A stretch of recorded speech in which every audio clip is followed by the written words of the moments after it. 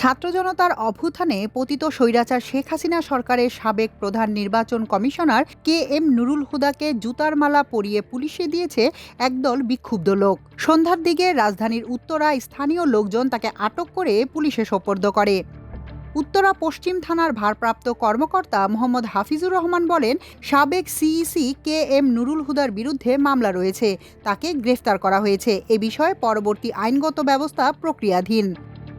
ঢাকা মহানগর পুলিশের উত্তরা বিভাগের উপকমিশনার মোহাম্মদ মহিদুল ইসলাম বলেন, উত্তরা ৫ নম্বর সেক্টরের রোড নম্বর ১-এর এলাকার একটি বাড়ি থেকে নুরুল হুদাকে আটক করে পুলিশ। উনার বিরুদ্ধে শেরেবাংলা নগর থানায় মামলা আছে, তাকে গোয়েন্দা পুলিশের কাছে হস্তান্তর করা হয়েছে।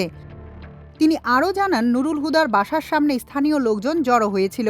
খবর পেয়ে তাকে পুলিশ হেফাজতে নেওয়া হয়। ২০১৭ সালের ১৫ ফেব্রুয়ারি থেকে ২০২২ সালের ১৪ ফেব্রুয়ারি পর্যন্ত সিইসির দায়িত্ব পালন করেন নুরুল হুদা।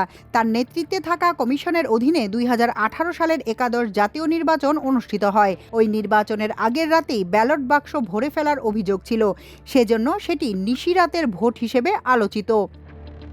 ফ্যাসিবাদী আওয়ামী লীগের ১৬ বছরের শাসনামলে নির্বাচনে জালিয়াতির অভিযোগে রোববার দুপুরে ২৪ জনের নামে মামলা করেছে বিএনপি। এতে শেখ হাসিনা, সাবেক স্বরাষ্ট্রমন্ত্রী আসাদুজ্জামান খান কামাল, সাবেক প্রধান নির্বাচন কমিশনার কাজী রকিবউদ্দিন আহমেদ, সাবেক সিইসি কাজী হাবিবুল আওয়ালের পাশাপাশি সাবেক সিইসি KM নুরুল হুদাকেও আসামি করা হয়েছে।